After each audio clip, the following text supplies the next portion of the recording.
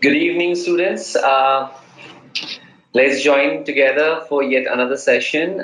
Today, our topic of discussion is going to be optics. My name is Sumit Kundu. I'm a BTech graduate from IIT Bombay. And today, I will be introducing the concepts of optics for the KVPY examination students. All right. Now, KVPY examination, as it has gained momentum over the coming years among the students, it is also a good way that you can get your syllabus revised for your JEE mains, definitely. In my last session, students, I had discussed with you certain pattern about the KVPY examination. Okay, what is it all about and what is the exam pattern like? All right.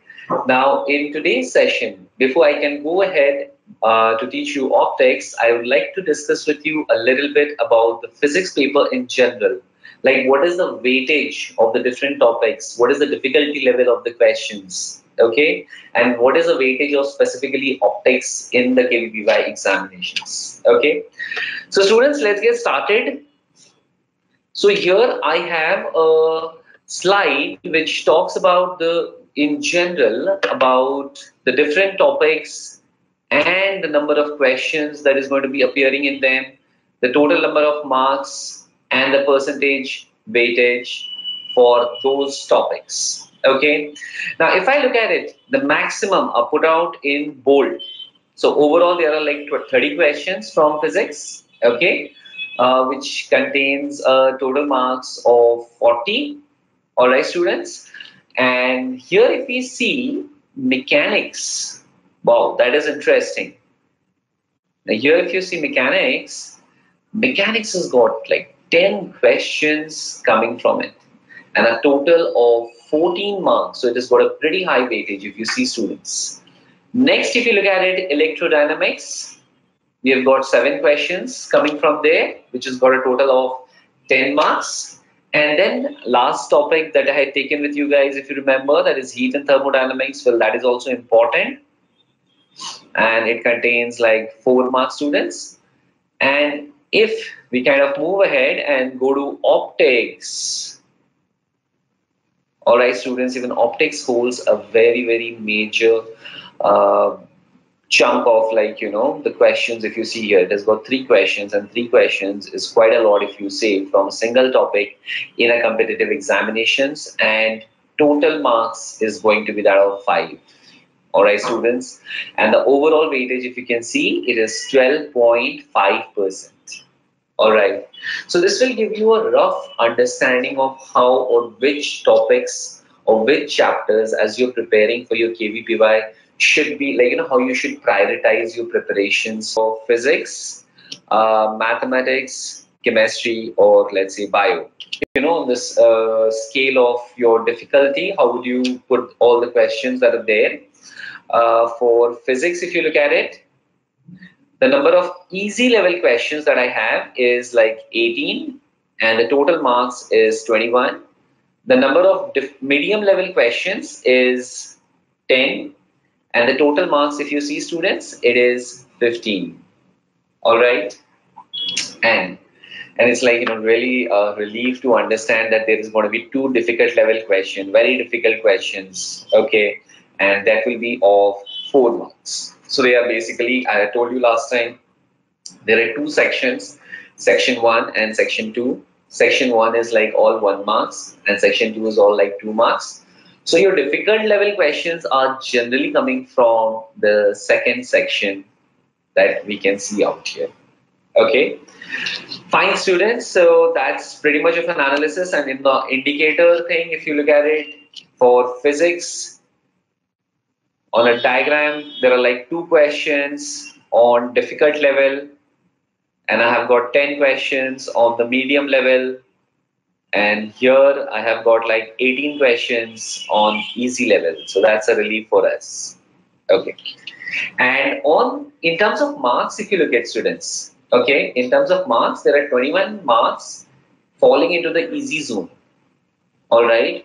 So it is very important for for us, like, probably we will not be able to do all the questions, but it is kind of very, very important for us to actually identify and select. Making a choice and selection of the questions is kind of very, very important.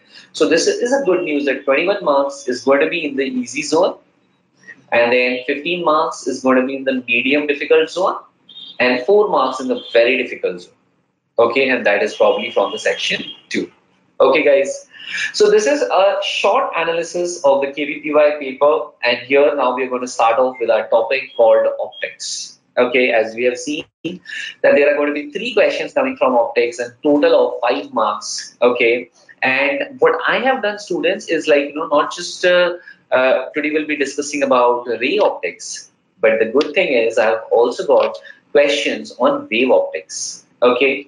Now, importantly, the point is that they have certain questions in KVPY where they have clubbed the concept of ray optics and wave optics together.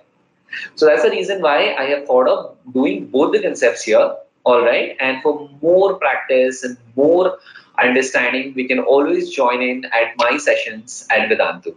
Okay. Fine, guys. So let's get started here. We'll do a little short theory, very short, only specific to lenses. All right. And as and when we have got certain questions, right, students? As and when we have got certain questions and whatever is the theory required for that particular question, I'll be discussing with you. Okay, guys. Now, for our lenses, it is bounded by 2 curved surface, as we can see out here. This point is kind of very, very important. Check. All distances are measured from the optical center. So this here is my optical center, my dear students, and all distances are measured from here. This is like the origin that you can consider. Okay, and the distances measured in the direction of incident rays is taken to be the positive direction. I mean, like, that is your positive. Now here, my dear students, optics has got one big challenge, and that is your sign convention. If you are able to apply the sign convention to the questions correctly, my dear students, I would say 25% of optics gets taken care of, because the formulas involved in optics are not very difficult to remember. Technically talking, we have got a very handful of formulas. If you look at your reflection, we have got the mirror formula. Okay, then that is it. And there is magnification. I mean, like, mirror formula, 1 by V plus 1 by U is equals to 1 by F. And the magnification formula, M is equals to minus, like, V by U, or height of the image by height of the object, which you all know. And for the lenses, we have additional 2 or 3 more. Like, if you say this is, this point is kind of important. That is, the second principal focus is basically the principal focus of the lens. All right, that is, for example, if I take a biconvex lens, all right, students, yes, you must have guessed it already. The principal focus is going to lie somewhere out here. That is, the ones after the parallel rays goes through it, they will tend to converge at the principal focus, or this is my second principal focus out here, and that is the principal focus of the lens. Okay. Next important point that I want you to remember is when the medium on two sides of the lenses is the same, then, my dear students, modulus of F1 and modulus of F2 is basically the same. Okay. And if the medium of two sides of the lenses are not same, then ratio of two focal lengths is given as F1 by F2 is equals to mu1 by mu2. Important point, students. Must remember this. Okay. Let's go ahead and let's look at what is like, kind of very, very useful for most of the problems that comes across in our, practical numerical solving is that of the lenses. And majority of the questions are like, around for refraction. There is like very handful of questions in KVPY coming from the topic of reflection. Okay. A chunk of questions are basically from the concept of refraction, students. Okay. And curved surface refraction is like, however, more important. Now, even, refraction at plane surfaces is also important. It's not that is not important, but for the curved surfaces, yes, it is. Now, this is like, refraction at two curved surfaces. Okay, they are like typically the lenses that I am talking about here. So the first one, let's say it has a radius of curvature R1, and the second surface kind of has got a radius of curvature R2. So this distance here is my R2. Mu2 is that of the medium of the lens, and mu1 is that of the surrounding medium. Okay. So when you kind of use it, we get our very standard formula, all right, that is called as our lens maker formula as well. That is my 1 by f is mu relative minus 1 upon r1 minus 1 upon r2. This is a very frequently used formula, my dear students. And this is in general for any two curved surfaces. 1 by v minus 1 by u is mu2 by mu1 minus 1 into 1 upon r1 minus 1 upon r2. All right, students. Now here, if my object is placed here, I'm going to talk very shortly about the sign convention. If my object is kind of placed out here, students, the rays are traveling in this direction. Okay, so the rays in whichever direction they are traveling, that is going to be considered to be positive. All right, guys.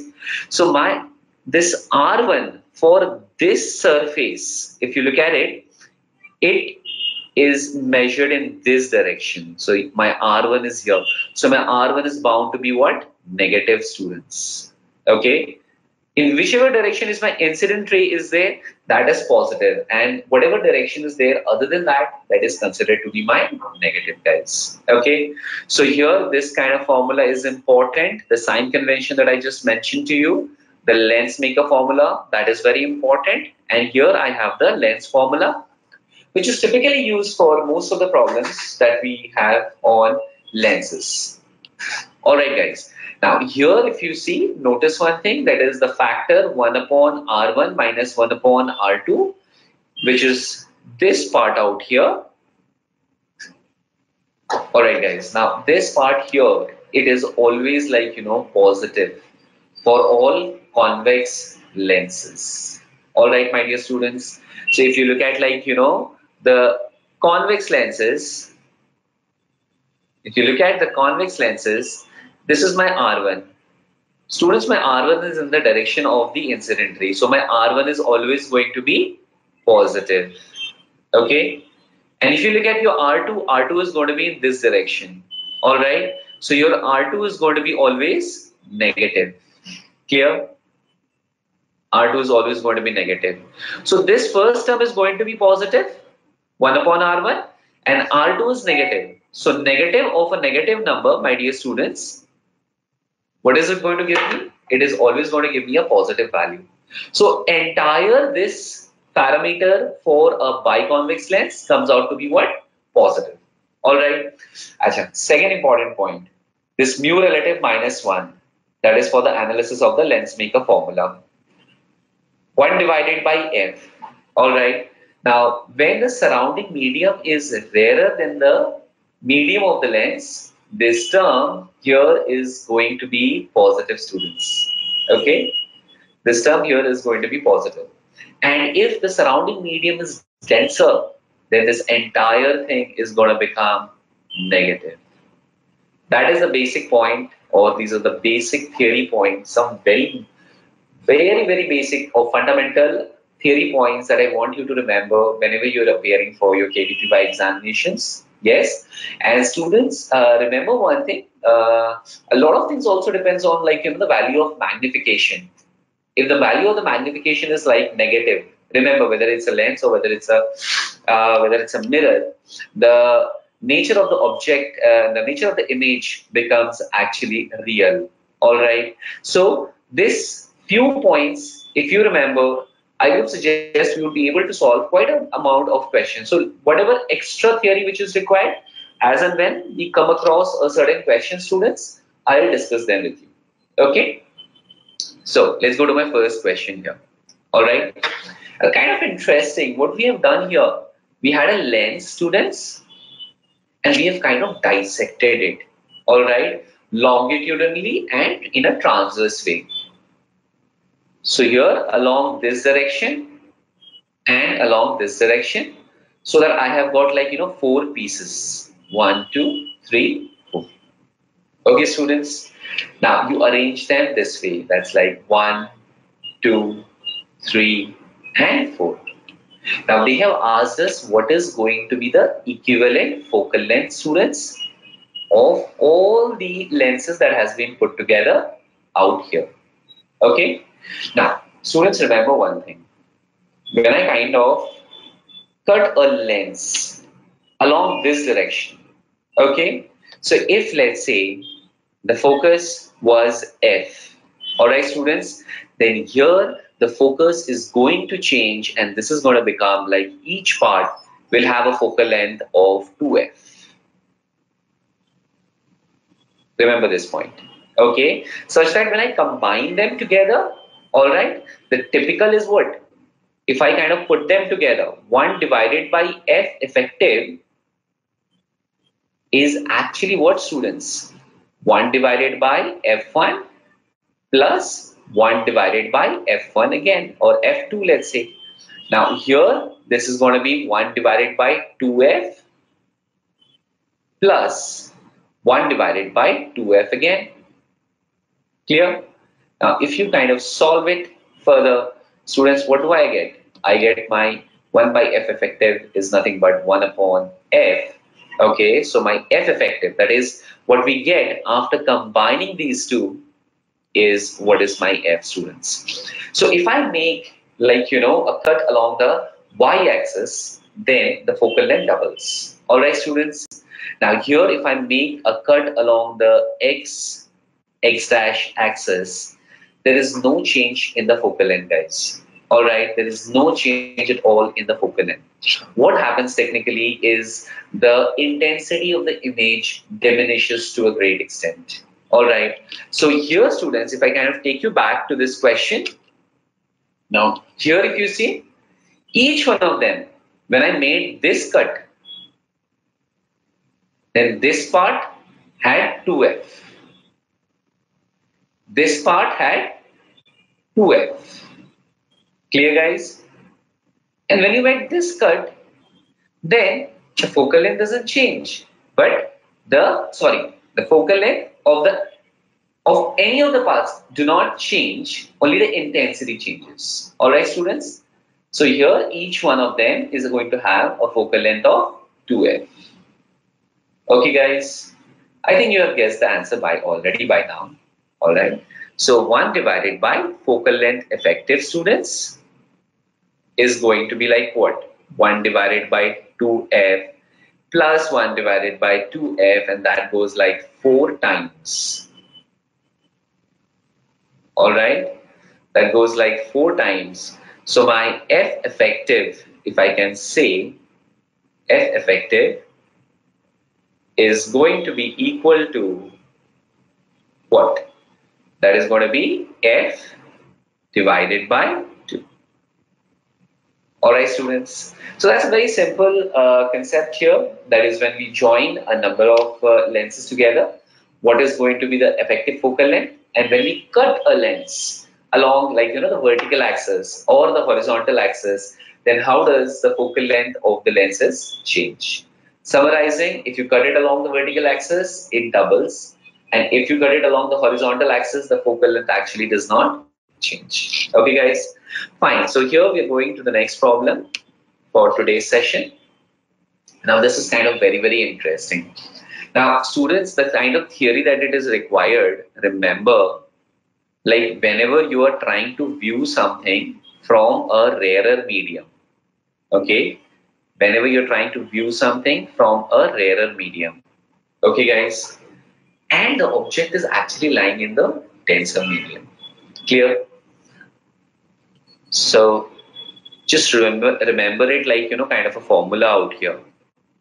And the object is lying in the denser medium. All right. Then students, we know that actually it will appear to be somewhere here. So the image is going to be formed somewhere out here. So this distance, this is called as my depth apparent. Okay. So my depth apparent is nothing but equals to whatever is my real depth divided by mu, students. Okay. And students, if my object is actually there However, like, if I'm kind of watching it from the denser medium, clear? If I'm kind of watching it from the denser medium and my object is lying in the rarer medium. Okay, so this is my object. Remember, the image is going to be formed somewhere here. Okay, so my height apparent is going to be mu times the real height. Clear? Mu times the real height. So students, if I am observing from the rarer medium, then it comes towards the eyes. If I am observing from the denser medium, it goes away from the eye. All right.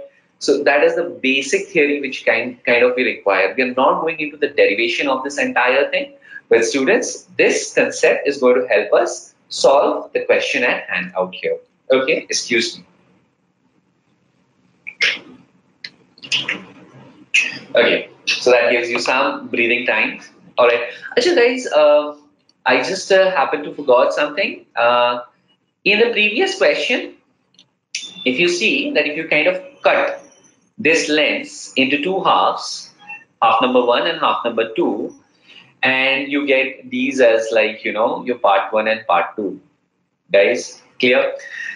I want you to find out what is going to be F effective in this case when they are arranged. Clear? And F effective 1, I can call it, and F effective 2.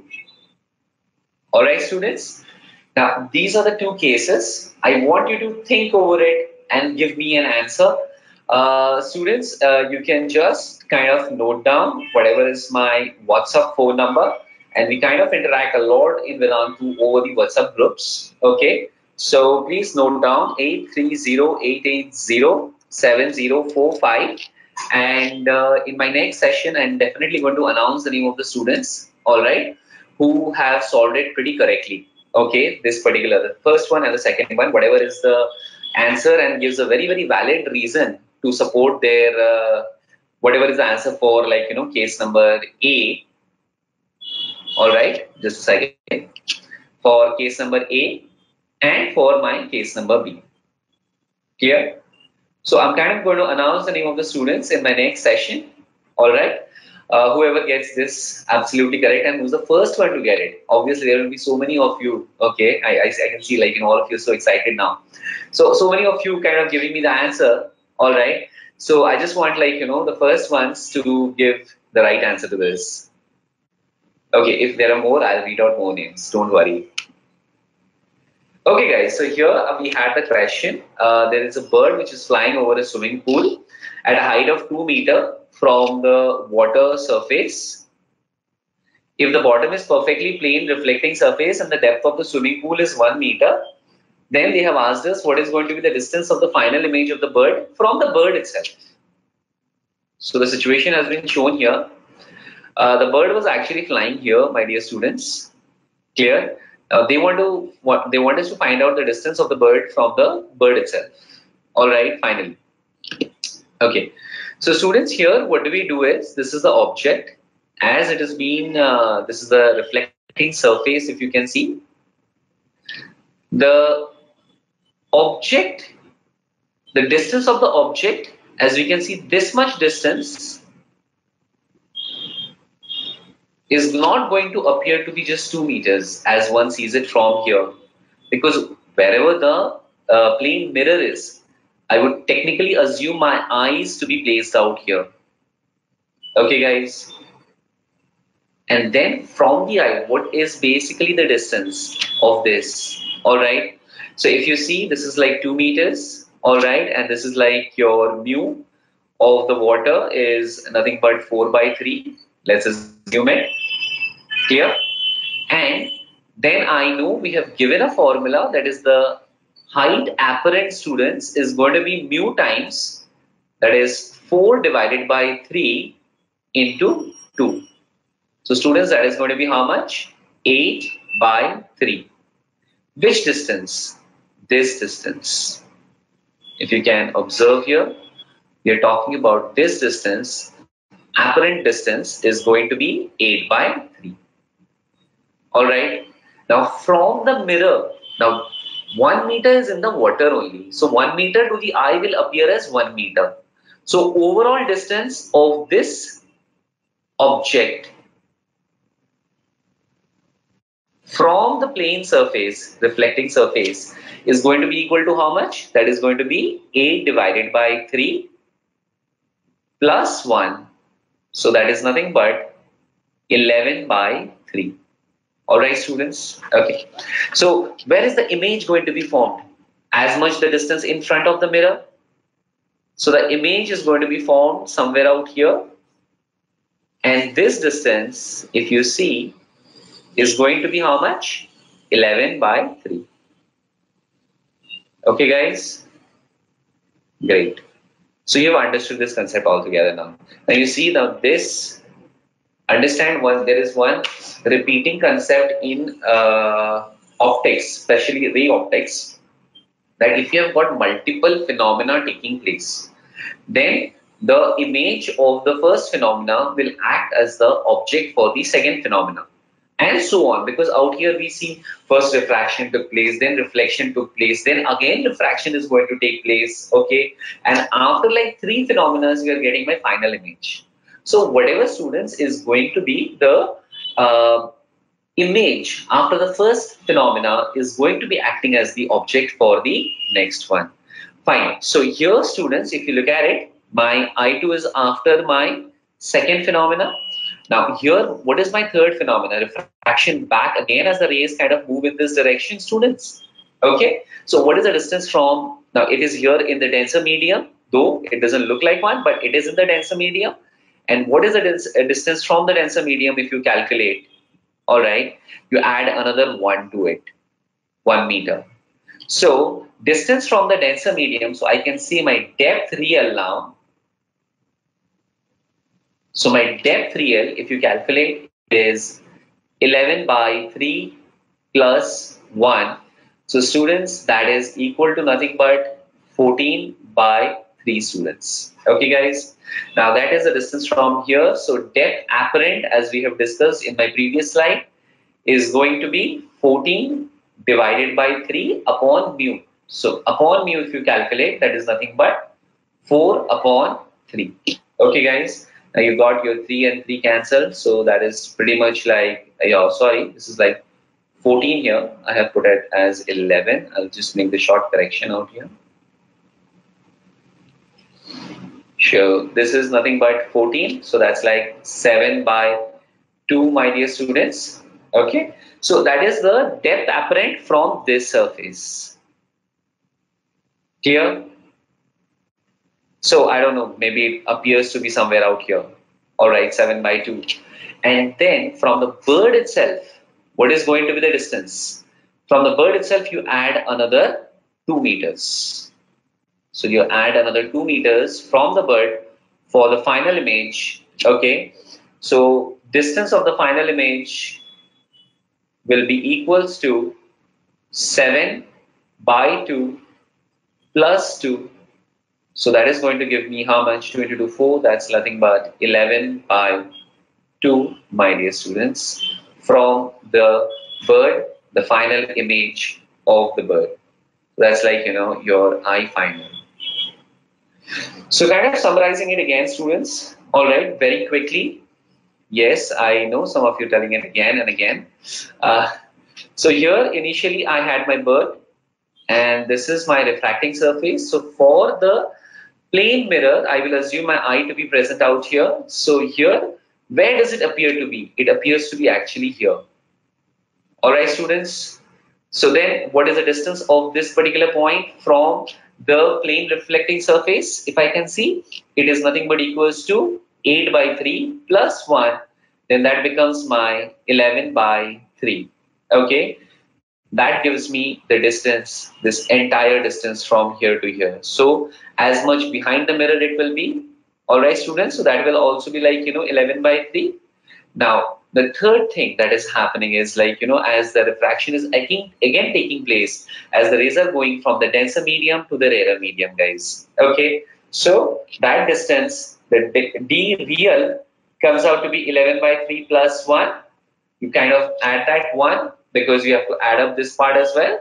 So that's like, 14 by 3. So my depth apparent is like, now you divide by mu instead of multiplying by mu.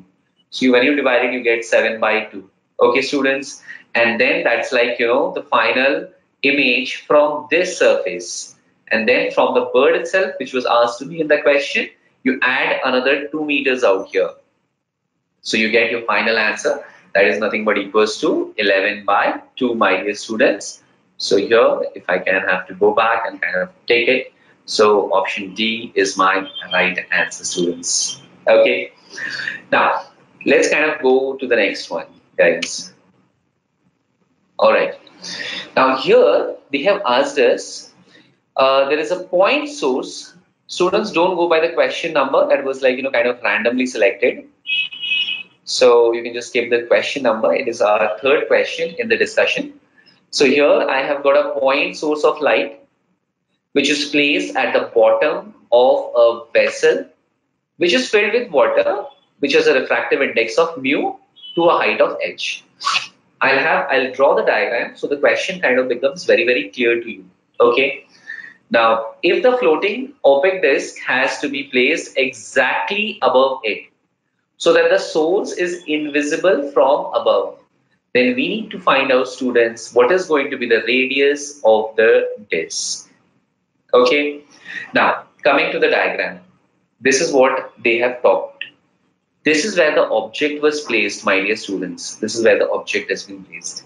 Now, over the object, they were to keep a opaque disk.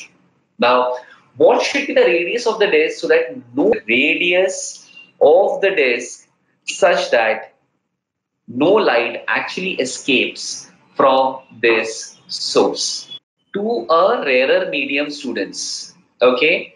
And if the angle out here is like, if you go on increasing the angle, if you see, it moves far away from the normal. For a certain angle of incidence, it is going to go along the surface. And if you increase this I even further, they kind of come back here. All right. So the angle of incidence for which the angle of refraction is 90 degrees, students, that is called as my critical angle. So that time I name my I as equals to C. That is a critical angle. All right. And students, there is a relation between the critical angle and the refractive index. That is simply mu times sine of C, if you see, is equal to 1 into sine 90. Okay. So technically I can say my sine C is equal to 1 upon mu. Quite a number of you don't know this particular relationship. And if my angle of incidence is greater than the critical angle, then I have the phenomena of total internal reflection taking place. Okay, students. Now, let's go quickly to the solution out here. I know you are very, very eager to know what is going to be the solution here. The diagram tells it all, my dear students. Okay, the limiting condition I have already specified out here. All right, that is, after this, the rays are going to come back. So I don't have to worry. They are not escaping. What is happening is in this particular zone till out here. Okay, so so this is my limiting point, and this is my limiting point, and this is my limiting point, and these are my limiting points, students. Okay, beyond that, light is not going to escape. So I can just find out the condition like I is equals to C. Okay, students. Now, what I can say is then, or let's say rather, let's try to figure it this way. So for I greater than C, light is not escaping, which implies sine of I, students, sine of I should be greater than sine of C. Okay, it should be greater than sine of C, which implies, what is sine I if you look at it from this triangle?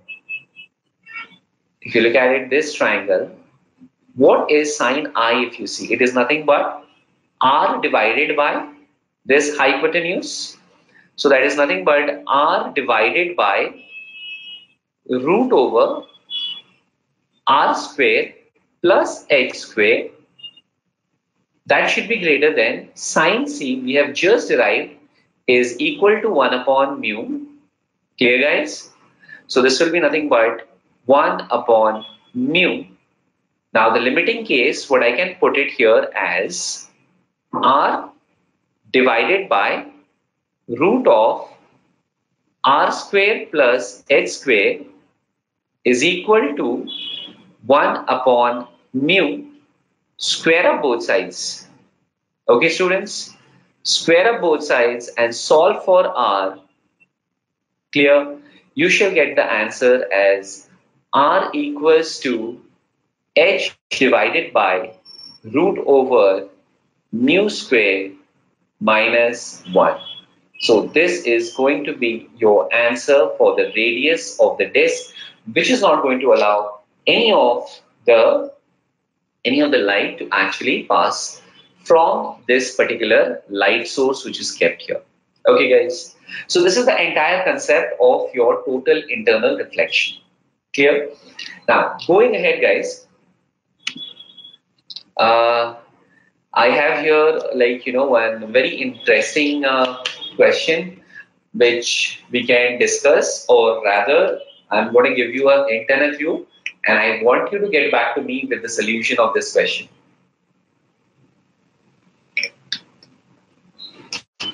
Okay? A small hint that I'm going to provide to each one of you students is, it's kind of very, very nice, this question that I'm going to tell you here. Say we have got a lens. Alright, students? Now you kind of have this lens such that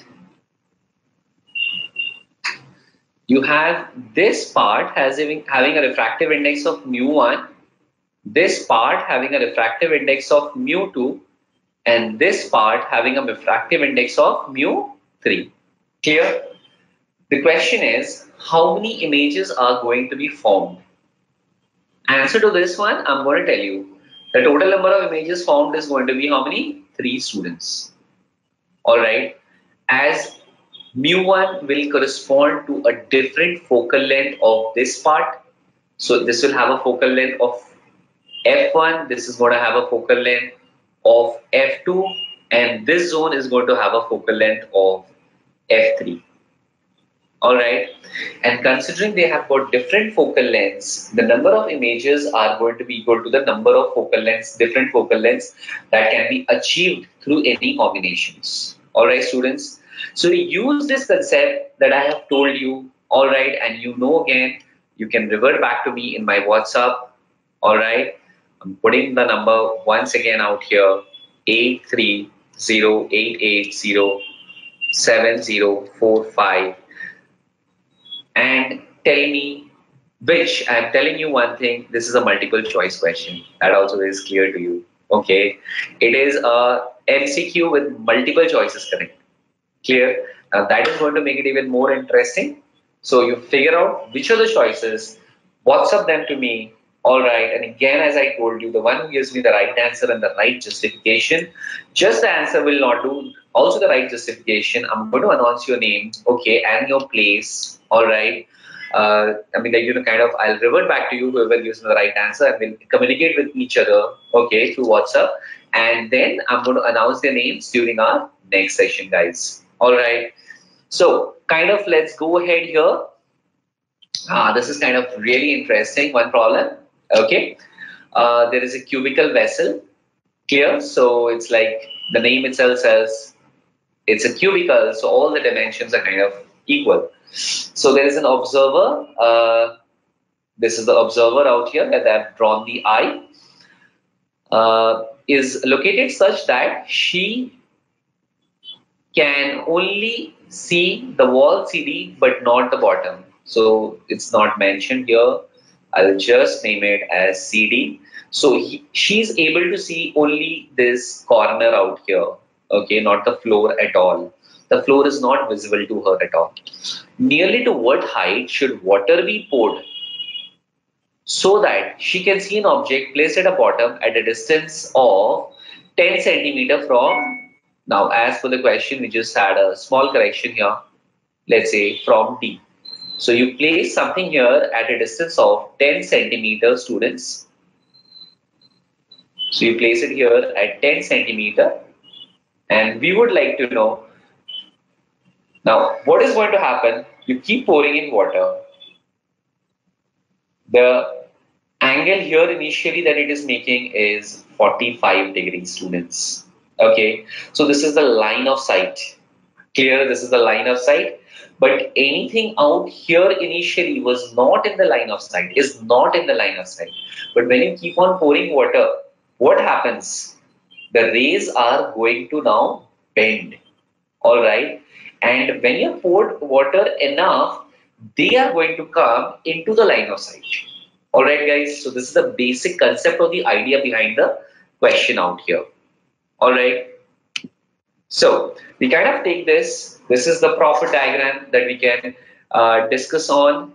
This is nothing but equals to your 45 degree, students. Okay. This is 45 degree and this is angle I. So your object is placed out here at a distance of 10 centimeter. Clear? Now at a distance of 10 centimeter, if you can kindly see this particular thing, okay, then you will be able to observe now here the rays goes from the object, and with respect to the normal at this interface, it has bent in such a way that it now falls in the line of sight. Clear? Now here if you kind of solve this, what is the refractive index? 4/3. Okay, that is my mu. So if I apply the Snell's law to this particular interface, then my dear students, 4/3 into sine of I is equal to, all right, students, if this is 45 degree, this will be 45 degrees, okay, and the line of sight is going to be such that your R is also 45 degrees. Okay, guys. So here the refractive index of the rarer medium is 1 into sine of 45, that is 1 divided by √2. Clear? Then if you kind of solve for it, you will get your sine of I is nothing but equals to, this 3 goes here and this is like 4√2. Alright, students. Then I can just draw a diagram here. You will see that this question is kind of so easy. It is plain geometry. All right, we're doing nothing but like, playing around with the geometry part of it. So this is like, if this is my I, students, I can assume that this is 3 and this is like 4√2. Okay. So technically this will be equals to how much? This is going to be root of, that is nothing but equals to 16 into 2, 32, 32 minus 9. So that's like your √23. Okay. Now, soon as they have asked us to what height the water has to be poured inside this, right? To what height the water needs to be poured here. So that is very simple. If you look at it, we from this triangle can evaluate what is my tan I. Tan I. If you kind of solve for it, students, isn't it very clear? Like, this is going to be H and this is 45 degrees. So this is also going to be like, your H. Then I can say that if this is at 10, this distance is going to be nothing but H minus 10 out here, students. Okay. So if that is H minus 10, then tan of I, students, what is it going to be? Nothing but perpendicular upon base. So that is H minus 10 upon H. What is tan I going to be? Tan I is going to be nothing but, it's 3 upon √23. So that is 3 upon √23, students. And this is equals to H minus 10 upon H. Now here h is the only variable and it is linear in nature. When you solve this, students, you will get the value of h to be approximately 27 centimeter. Okay, so that's like one of our options out here. That is your 27 centimeter. If you pour water into it up to a depth of 27 centimeter, then my dear students, the object which is lying out here is going to get visible to the eyes of the observer here. Okay, so fine students, let's go to a couple of more questions here. Now, this is again another important concept. Students kind of get it quite often, all right, and they kind of wonder what to do with this. So, students, there's a direct formula for this, not to worry at all. So, that's like, a giveaway kind of a question. There's a flat face of a plano-convex lens of a focal length of 10 centimeter is silvered. And students, let me tell you, these questions have actually appeared in previous year's KVPY. Okay, so that kind of makes it like, even more intriguing for you to like, dig into this and get these formulas at least absolutely correct. Okay, even the previous question I was discussing with you, even this question had come for previous year's KVPY. Okay, I do not recollect exactly which year they have come. Okay, and this question again, my dear, let me tell you, this question got repeated at least 3 times. In some way or the other, this got repeated like 3 times. Okay. Yeah, you might be wondering questions in KVPY. Not many of them, but yes, concepts that definitely they do get. Questions I wouldn't say, but yes, out here, literally like, to a great extent, the question also kind of got repeated here. Okay. Now, students, here for a focal length, which is kind of silvered, let's get to this. If this is like, a silvered focal length, then it is going to be acting as a mirror. Students, it is going to act as a mirror with a focal length given by this formula here. Okay. Now, you have this mu2 and mu1. mu1 is the refractive index of the surrounding medium. mu2 is the refractive index of the material of the lens. Clear? And here R2 and R1, if you see it, it is nothing but radius of curvature.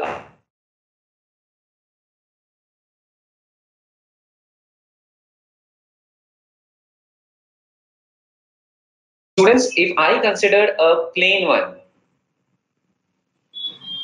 clear? And this is what I kind of look at. Excuse me for the bulge out here. That's kind of pretty stupid. It doesn't even look like a lens. So here, if I kind of see it, then students, if you notice it, my R2 is infinity. Clear? Because it's a plane surface. So this divided by infinity, this first term will reduce to 0. Okay? The first term is going to reduce to 0. So we'll get 1 upon f is equals to minus 2 times. You will see this is like so simple. mu2 upon mu1 minus 1 into, can I write this as 1 upon R1 minus 1 upon R2, where R2 is my infinity. So this term automatically goes away from here. Okay. So my dear students, what is this? My F focal effective is 2 times nothing but whatever is the focal length. Students, the focal length is given to us. It is 10 centimeter. Clear? So I'll just put here as 10 centimeter. So now this entire arrangement, okay, this entire arrangement is going to behave as a focal, as a mirror. Clear? Having a focal length of minus 5. Since the focal length is minus, students, what kind of a mirror should it behave as? It should behave as a concave mirror. Okay. So it should behave, this entire arrangement here is going to behave as a concave mirror. Okay. Of focal length 5 centimeter. Now then you can use your mirror formula 1 by V plus 1 by U is equal to 1 by F. Alright students, and kind of get to the answer out here. Now if you kind of solve for this, 1 by V plus 1 by U at point source space 30 centimeter in front of the curved surface. So if you kind of take 30 centimeter in front of the curved surface, so it's like 1 by V I have to calculate 1 by U in front of the mirror. So it is going to be minus 1 upon 30, clear, is equals to minus 1 upon 5. Alright students, if you kind of solve it, you will get your V as equals to minus 6. Alright. So students, the nature of the image is going to be real and it is going to be 6 centimeter in front of the mirror. So that usage of this formula kind of simplifies all of it, okay, and we can easily get to the final answer. Alright students, let us have a close look at the next question. We kind of also have very less time in hand out here. So we'll have to excuse me for a second.